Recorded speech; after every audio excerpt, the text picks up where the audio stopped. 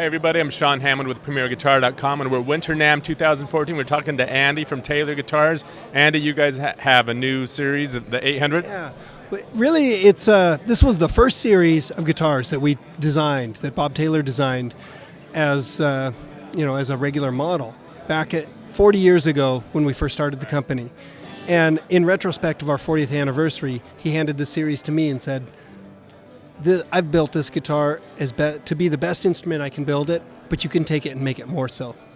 So I went back to the workbench and completely redesigned how the guitars should work, the internal structure, every last detail, the finish, the glue, even the strings on some of the models, every last bit to make these the most vibrant and dynamic instruments they could possibly be. So tell us about some of those changes. I mean, obviously, the Taylor's been around for 40 years because it was such a great designer in the first place, but tell us about some of the really detailed stuff. What did you change inside? Really, I went, rather than a one-size-fits-all approach, I looked at each instrument individually and thought of what I would want to get out of that particular guitar. And so a grand concert or a grand auditorium or a grand symphony, every one of those designs has a new bracing scheme, new wood thicknesses. I went back to using protein and hide glues to hold bracing and bridges together for their maximum sound transfer. We cut the finish thickness by almost half.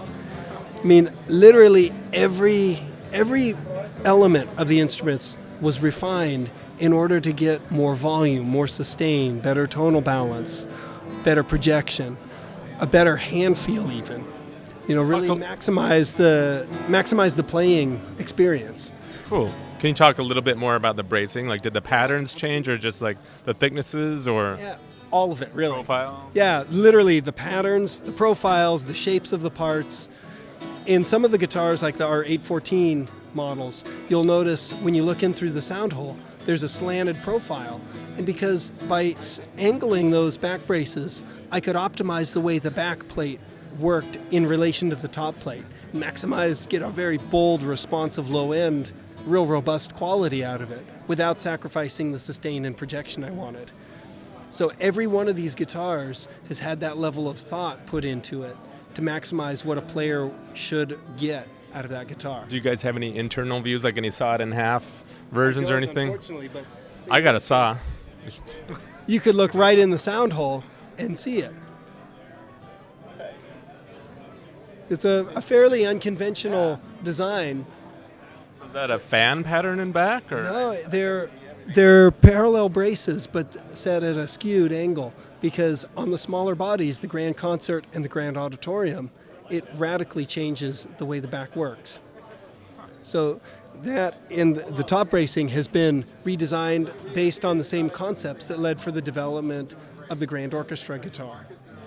So it really is, it's kind of a new direction for us. It really is us planting our flag, blowing the doors open and saying, we love the guitars we make, and for the next generation, we want to improve and get every last bit out of every possible instrument that we make. Did much change in terms of the woods or the the neck joints or anything like that? We're still using the NT neck because that was a fundamentally good design. It allows us to make a consistently playable, just a straight, true neck that's real reliable. The woods, the 800 series, has always been an East Indian rosewood and Sitka spruce instrument. And so I wanted to embrace that heritage and really feature that prominently. It's a classic flat-top guitar pairing, but I went so far as to use East Indian rosewood for the pickguard and for other aesthetic details like the purfling and in the rosette as well, because I wanted to bring a certain organic elegance into the whole guitar. So it has a newly redesigned inlay pattern, a new type of binding and purfling scheme, every last detail. Were there any adjustments to the expression system that's in it? Yes, that was one of the key last components that we applied to these new guitars. We're fitting them with our new expression system 2, which is a ground-up redesign of our popular expression system. This time, rather than a magnetic-based system, we're revisiting piezoelectric material. But unlike a conventional piezo, where the pickup is fitted underneath the saddle, this is fitted alongside the saddle, where it's capturing a lot of the three-dimensional motion of the guitar.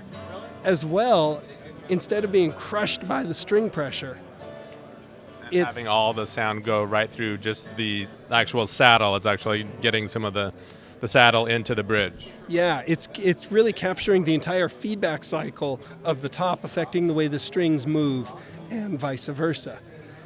Being able to control the preloading or the amount of pressure that those crystals work under is critical for a dynamic, uncompressed output. Well, this sounds very intriguing. Can we hear it a little bit more? Absolutely. Sweet.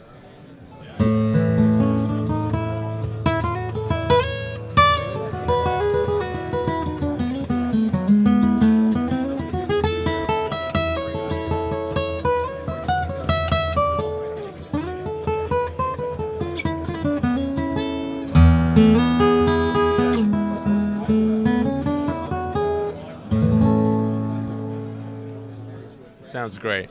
Now, so what are the price ranges on these? Street price is the same as a 814 or any other 800 series guitar. It's about, you'll see them in stores for give or take $3,000 some odd dollars. All right, so are details on this online already? Absolutely. Check TaylorGuitars.com for dealers nearby, and I really hope that players go and try them. And they're shipping right now. Yep, we're building and shipping these guitars every day now. Awesome. Thanks, Andy. Thanks for being here. Yeah. I'm Sean Hammond for PremierGuitar.com. Thanks for watching, and don't forget to subscribe to our YouTube channel so you don't miss any more videos like this.